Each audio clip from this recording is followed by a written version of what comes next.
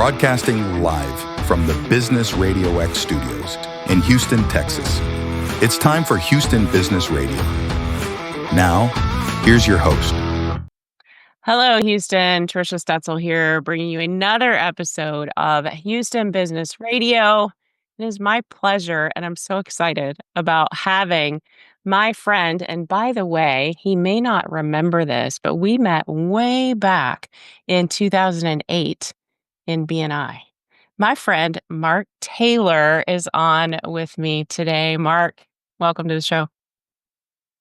Well, thank you, Trisha. Of course, I remember.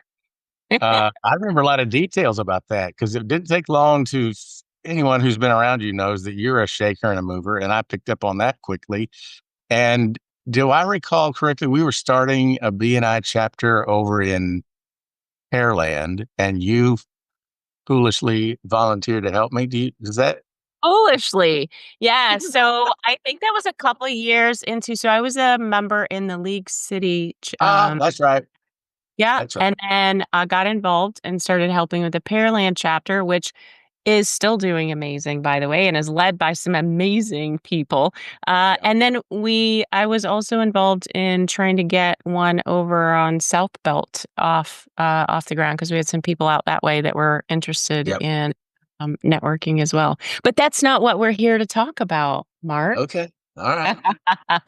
I want to tackle this idea of HR outsourcing. And I happen to know that you're pretty well versed in that area. So what do you know about HR outsourcing, Mark? Well, I got to tell you something. Maybe I've never told you this. I have an animal science degree and a master's in agribusiness. And so I was actually in that field for a number of years after I graduated from college. And a friend of mine called me one day and he said, "Hey, I just went to work for this company. They're growing." And he said all this. He said, and they're hiring. Would you like to consider going to work for them? And he told me it was an HR outsourcing company. And I said, "Terry, you do know I sell livestock feed for a living," which is what I was currently doing. He goes, "Yeah." And I said, "What in the world has that got to do with that?" He said, "I'm telling you, it's not about that. It's about, I know you and you're the kind of people we're looking for. Come in and interview." And I did. And so my point is, you don't have to have a degree in this. It's like anything you can learn. And I did. And first couple of years, I learned a lot about just how HR outsourcing. What does that mean? And why would people do that? And so forth. Okay. So that was back in 1991, and I'm still involved in the industry today. Wow. All right. So long time in this industry. And before we started recording today, you were telling me how many business owners, business leaders aren't even familiar with the idea of an offsite HR department. I'm using your words because I thought they sound cool. So can you describe what it is that HR outsourcing does for a business? Yeah. And let me just start with this. When you meet people, some of the first things they ask you first, of course, what's your name and where do you live and what do you do? But I mean, what do you do comes up pretty soon in the conversation. And I learned that when you say HR outsourcing, typically it's amusing to me. Typically people will nod as if they have any idea what you're talking about, which I learned they do not. I mean, it's rare that I find somebody who goes, "Oh yeah, I know all about that," and they can have a conversation with me.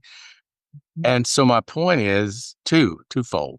One, if you ask 10 people randomly, what is HR, human resources, I've learned you'll get likely 10 different answers. And they're all elements of it, or not. I mean, it's just not one of those things where if you tell someone you're a banker or a chiropractor or a plumber, they have an idea of what you're talking about. But so not only are people unfamiliar with HR outsourcing by and large,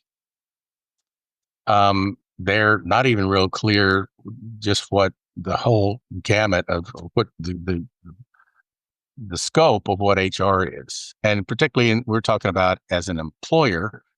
And so that's my challenge right off the bat is how do you describe what you do in a short period without boring them to death or giving them multi-paragraph answer.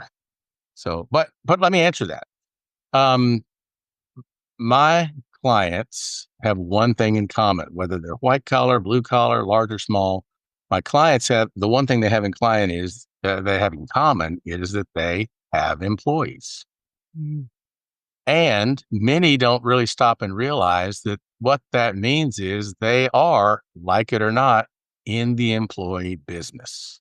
There Mhm. are literally thousands of regulations and requirements and expectations that government does a great job of adding red tape to employers and expecting them to know and do certain things, many of which, if you are not in compliance, there are penalties. Focusing on the fundamental things. You, Trisha, if you were to be an employer that you would have to address, and whether you and many times people will, well, they'll know. It's like sitting down deciding to just work on your taxes tonight.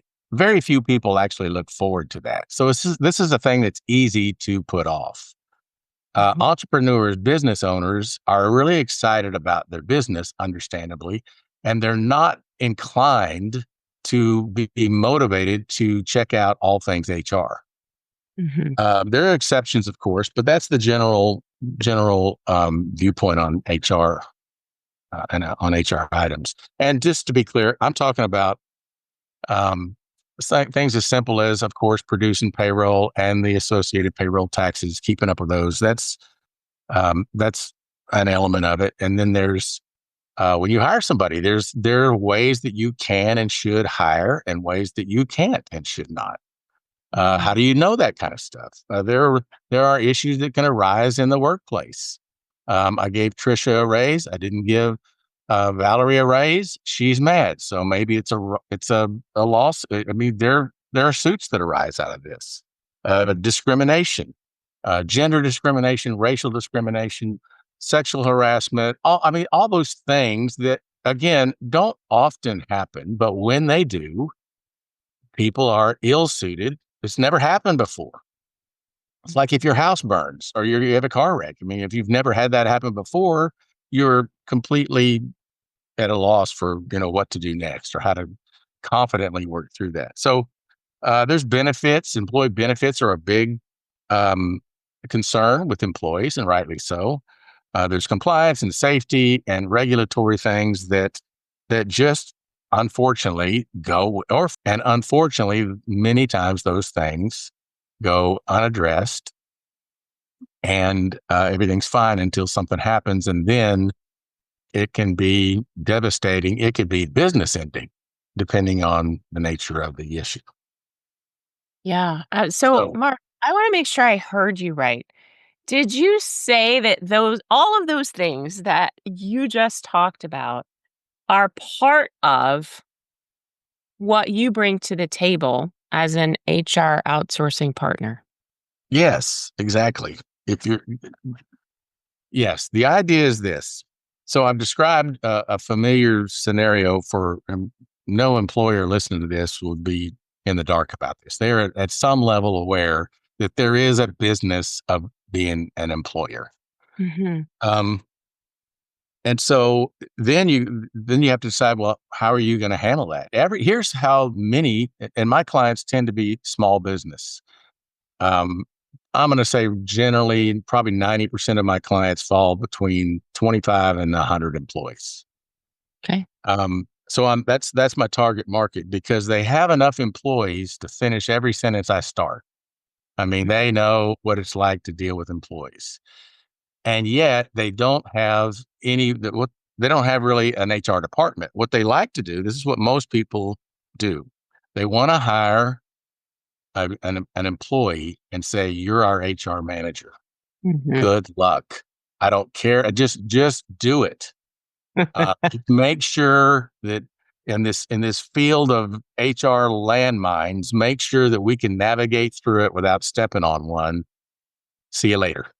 And they step out of the room and go back about managing their business. And the sad fact is, although I would probably do that myself if I didn't know an alternative, there is no one person who is an HR specialist, Mhm. any more than there is a doctor who is an I can do it all specialist. I mean, my goodness, there's probably 200 different professionals from the top of your head to literally the tip of your toe, and they're all specialists. Well, it's that same way in HR. There's too many elements to reasonably expect anybody to know how to do it all.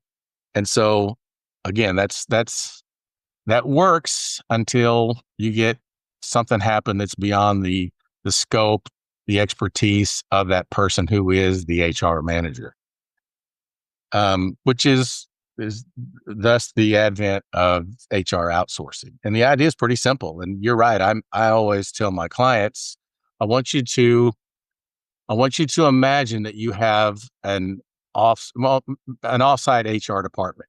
When we enter into business, HR changes for you. And it's as if maybe it's offsite. Maybe you can imagine if you had a second floor to your building or an additional floor to your building, and that's HR. You seldom see those people, although you can. Most of the work, it's not necessary that they be in your office, in person, speaking with you.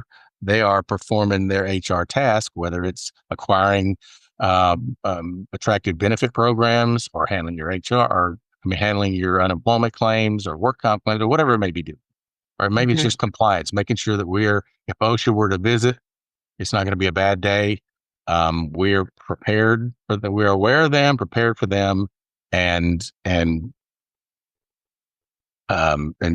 it's not seen as a threat.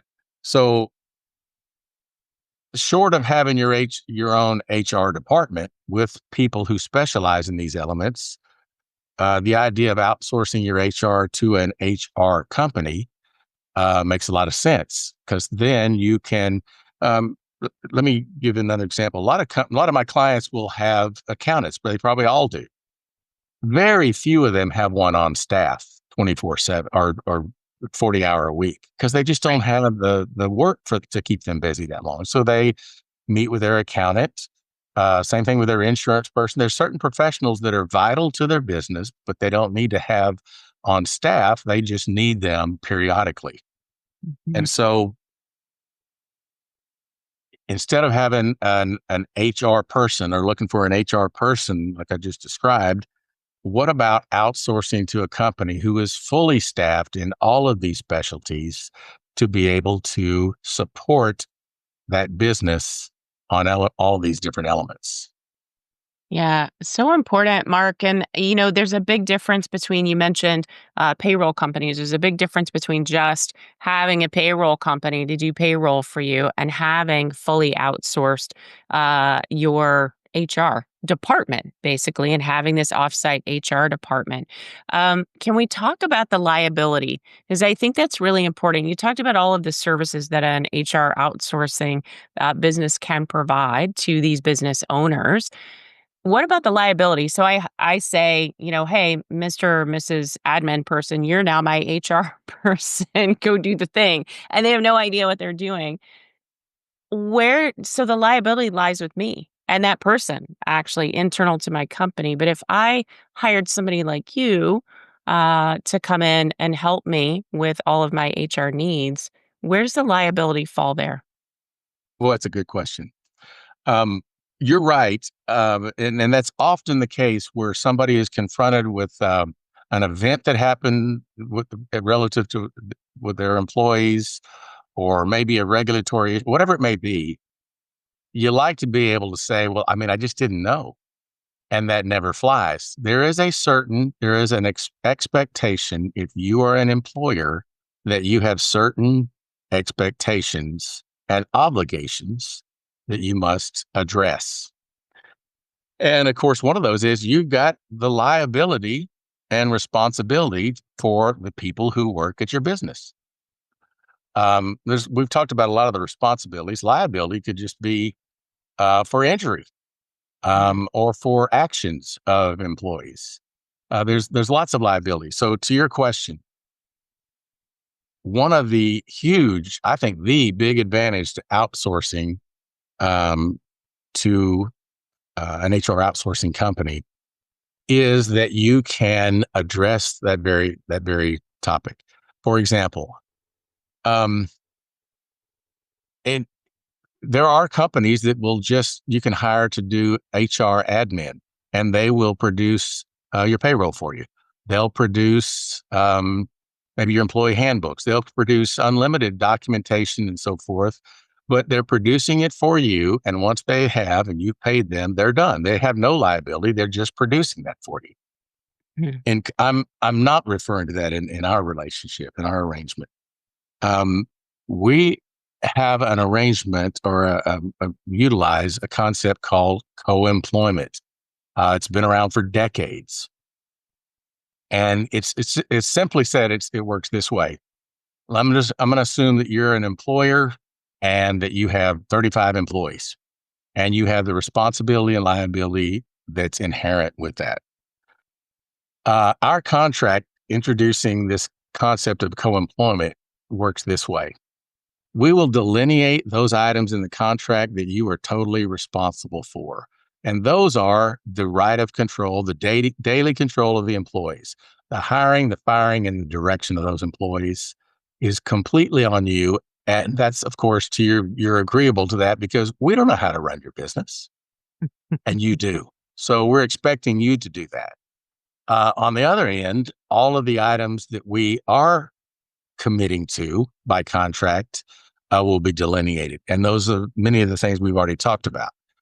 Responsible for payroll and responsible for, we without going into a lot of length, let me just say that we will delineate the responsibilities that we are liable for and responsible for. And then there's a third category of tasks, and those are items that we are jointly responsible for. Mhm. Mhm. Meaning, if we're going to produce a safety program for our client, it's incumbent on the client to implement the safety program. So if by contract we are to do that, and yet the client were to take and just pitch it in the corner, in case somebody wants to come by and see it one day, but in the interim there is an issue involving safety that results in liability. There's a claim. Then in that case, we would be had performed our role in producing that, but the client failed in applying it. So that's an example of a shared responsibility. And so what's important is that you delineate those in the contract so that both parties will know what they're solely responsible and liable for, and both parties will know what they're jointly responsible for. If it sounds like a partnership, it is. And what makes it a partnership is the employee base. So no longer would we consult with you about your employees. We would consult with you about our shared employees. Rather than standing on the side of the train track and you're laying on the track and we know there's a train coming and saying, if I were you, I'd get off. We're actually laying on the train track with you going, we need to get off of this thing. So there's a commitment. There's a difference in commitment level, whether you're advising and providing services or you're participating in the risk, Mhm. which I don't need to tell you, that's the critical element here. And that is choosing the right businesses that they're going to offload liability, and they've got safety run amok, and they've got employee morale problem, all kinds. It's a mess, and they just want to know, where do we sign? Because I'm going to get this off of my desk and onto yours, and it doesn't go. That that conversation doesn't go long. You can tell. It's not hard to tell the kind of clients you're looking for because you leave tracks in the sand. There's documentation about your your history with as a business and particularly with employees. So those are a couple of real fundamental elements of how this works. Okay. Very important, right? That you're assuming the risk alongside of the employer or the business owner, right? I Mhm. think that that's huge because, oh, by the way, many of us small business owners had no idea, number one, that this was a thing. Maybe some of you Mhm. did, Yeah. maybe some of you don't, right? But also really leaning into the liability that I have as an employer, right? holy cow, wouldn't I like to partner with someone who would take that risk off of my plate, right? Or share the risk. Share the risk. Yeah. So it's like I mentioned earlier, a landmine, a field full of HR landmines. You can't see them Hmm. unless, so you need probably an HR landmine detector and diffuser. Yes. And so, but that's true, and you can say that about many different disciplines, many different professions. With in this picture is inviting the right people to the party. Because when you have people who are aligned with you in the way you regard employees, and they're more than just office furniture, we really want this place to be a place you can work for a career if you choose. Mhm. And you don't have to leave here for lack of benefits, or you don't have to leave here because we're um, just not legitimate in whatever way you want to describe it. We certainly want to. In fact, I will just tell you, because many of my clients are small businesses. One of their biggest fears is losing employees to bigger companies, maybe an hour drive from home, but they have good benefits, or they have good, frankly, they have good HR. They're stable. And Mhm. and my message to our clients is you don't have to do that anymore. Rather than Mhm. settling for the second or third or fourth tier of available employees out there, you can go ahead and recruit the number one tiers, many of whom would prefer to work for a small local business for a variety of reasons. And you no longer have to say, well, because we're small, we just have to take the, accept the best we can get because we offer an inferior workplace. Not anymore. Yeah, I love that, and it really does lift up those smaller businesses to be able to compete with those other larger businesses where employees may think that they can go and get something better, right? Bigger, better, Yeah, fast. absolutely. Yeah. And you can't blame employees for doing that. It's very common. No one, I mean, everyone in the American business culture knows or assumes smaller company, less to offer. Yeah. And I've known people who work at a smaller company knowing that they don't have big company benefits. And I'm not talking about just like insurance and 401ks and dental and vision, but just the benefits of working for a small company. Um, and yet they work for less because they like the culture of a smaller business. Well, and Mhm. so the good news, as far as I'm concerned, is you can maintain the culture, and you can also maintain those quote big company benefits, extending beyond just what I just mentioned, but just the literally the benefits of size Mhm. without having to be big to get it.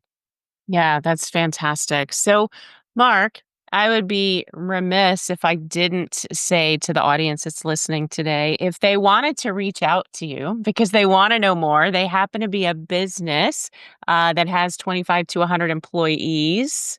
And what other things should the listeners be listening for to make a decision on whether HR outsourcing is for them?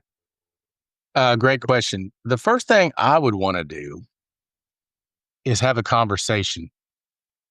Hmm? And whether that's in person, it's probably best in person, but that's not always possible. Because I want to find out if this is a good fit. I learned a long time ago, sometimes no business is better than some business, depending on the kind of business.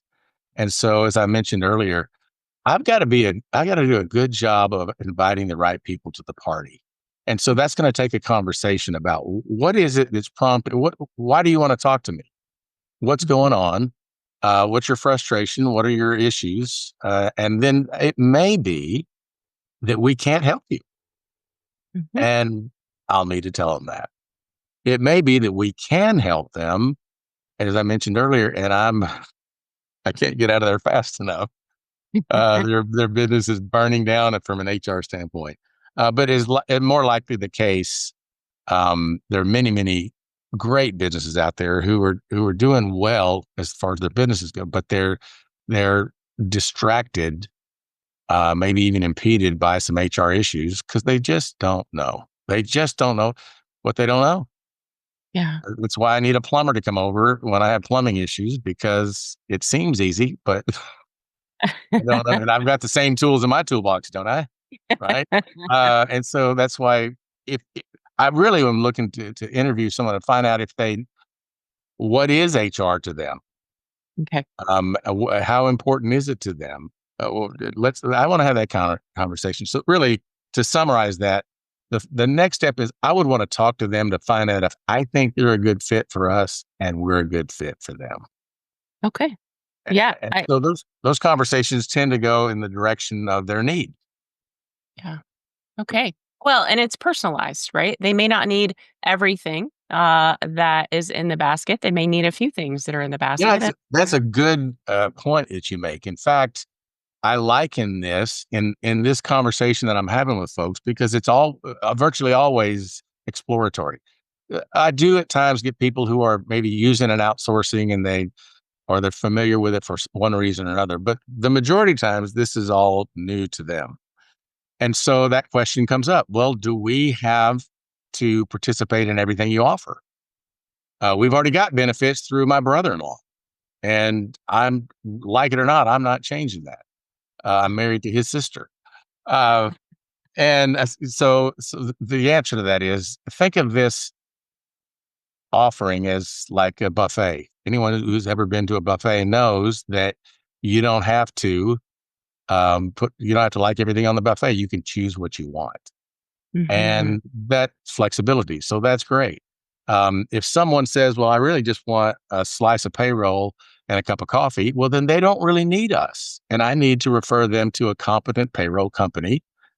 Why would I try to talk them into the full meal deal when they clearly said, "I just want a slice of payroll and a cup of coffee"? So that again is part of that first conversation, and that is it's not unlike going to the doctor. The doctor can't look at you and say, in most cases, I know what's wrong. They say, "Well, tell me what's your issue, and I'll tell you if I can help you."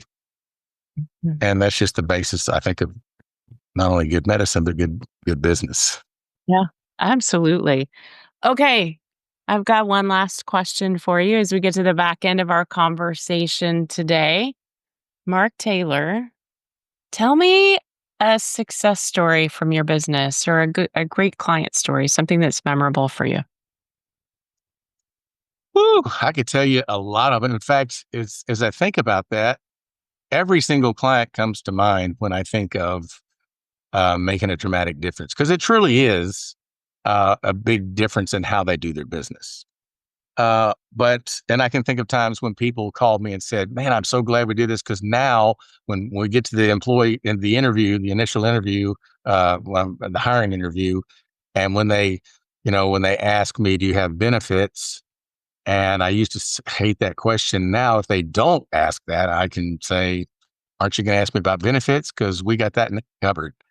But specifically, I'm thinking of a client who was in construction, and he had a work comp claim that was really complicated, and it was large, and it was one of those potentially business ending issues.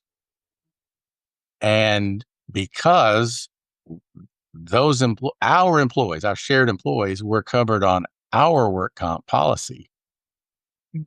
Yes, he did have to tell us the details of what happened. And then beyond that, the paper trail of our documents and our contract says you need to talk to us about this. And for us, it's a routine thing. Doesn't mean it's not catastrophic and horrific, but it's routine. We handle these. Our um, compliance and um, that section of our business takes care of that on a routine basis. So you can imagine he was extremely relieved that he still had stress of the whole issue, but he knew that we were handling the comp claim for us, not for him. I mean, when I Mm. say us collectively, it was, Right. and it I don't know. I can't say that it saved his business. He will. Mm. He was. He sent me a lot of clients, a lot of prospects after that because that people who knew him knew about that, and they of course want to know what happened. And he's like, "Man, if you're not outsourcing this stuff to somebody who can slip in the driver's seat for you on this, you're crazy." So that's one that comes to mind. That was a longtime client of mine, both before and after that issue. Yeah, I bet. Okay, Mark, if people want to have a conversation with you, what's the best way to connect? The best way is to call me on my cell phone. I am what you would call an independent representative. I don't represent any one particular company by contract. I do by choice, though. I only usually keep one or two, maybe three companies in my quote briefcase. And the reason for that is I'm picky about who I introduce my clients to. I want them to have a personal relationship with these people, not just a personal relationship with them. So for that reason, before we even get to that, the best thing they can do is just call me. Let's have a conversation. I want to know about you. You're going to want to know about me and the company and all. And it may be a one conversation and we're done. It could be, well, just not now. Maybe the timing isn't right. I don't know, but have them call me. I love to talk to small business people and especially love to liberate them from just this thing that hangs over their head, this mysterious HR obligations and responsibilities that they have. I think we talked about this earlier. You know me long enough and well enough to know that a frequent tagline that I use in talking to people is, if you're in our business is really none of your business. And that sounds a little snarky, but if you think about it, nobody will say, no, that's not true, Mark. I got into this business so I could hire and manage employees. It's only your business if you're in my business. And so it's probably a good rule of thumb to outsource whatever you can that someone else can do better so that you can focus on what you actually do to generate revenue. I love that. Thank you for being on the show with me today, Mark. This has It's been my pleasure. conversation. Yes. And all of the information, how to get in contact with Mark, will be in the show notes. So if you're listening or watching, please just point and click and have a conversation with Mark. And I happen to know that Mark Taylor is very well connected. So if he can't help you, he probably knows someone you can connect with, which is another benefit of having a conversation with Mark. Thanks again for being on. I appreciate your time today. Trisha, my pleasure. I always enjoy talking with you. And so thanks for inviting me. Absolutely. And that's all the time we have for the show today. Join us next time for another exciting episode of Houston Business Radio. Until then, stay tuned, stay inspired, and keep thriving in the Houston business community.